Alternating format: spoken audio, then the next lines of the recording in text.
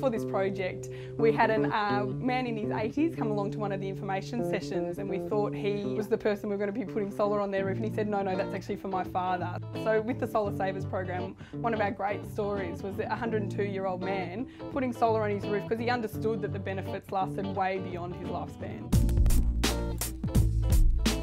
As a council, Darebin's always wanted to take action on climate change. We were one of the first councils in Australia to set a zero emissions target for both our council and our community. But how do you get there? Well, you've got to actually support those people that might not be able to take action on their own, and that's really what we've done with this program. So Positive Charge partnered with Darebin City Council on the Solar Savers program. We ran information sessions for the pensioners where they could come and ask us questions, bring in their energy bills, so we could chat to them about whether solar would actually work for them. We need to take a look at how much you spend on electricity each quarter. How many people live in your household? And do you use any high power consuming devices? We encourage any pensioner household to sign up, provided there are savings. So for us, as a bit of a guiding principle, the savings on the solar system have to be greater than the repayments. Typically a 2 kilowatt system is in the order of around $3,000. So pensioners pay that off over 10 years, no interest, around $300 a year.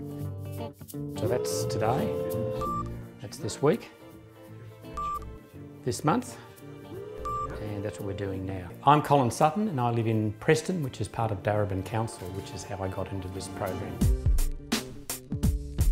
Well, I sell about $100 worth of power back to my power company every year, perhaps a little bit more, and I estimate I'm saving about $400 in actual power when I use it. So when I use my dishwasher or my washing machine, even in winter, the gas ducted unit sucks up 300 watts of power, and in the middle of the day, that's pretty well free.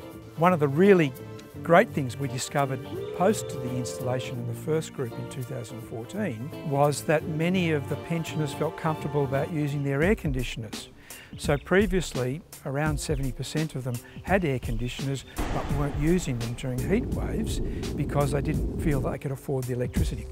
Pensioners often are surviving on household incomes of between $300 and $600 a week, and that means that every dollar matters. What we've done in the second program is actually look at community houses, renters who are in a rental co-op, and that means that we're dealing with a whole group of people collectively.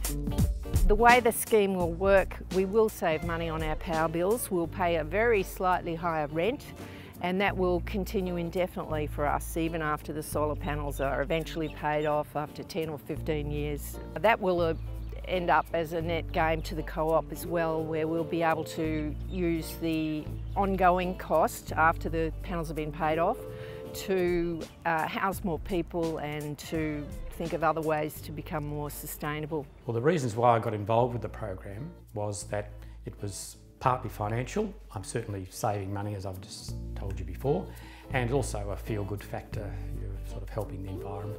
Even being renters and a lot of us low income, we can still do something to reduce our emissions, and it's a crazy world, so we've got to do what we can, each of us. We're helping people reduce their own power bills, but we're also reducing greenhouse gas emissions. In fact, over the two programs we've run so far, we've actually reduced 2,500 tonnes of greenhouse gas emissions, which is not insignificant.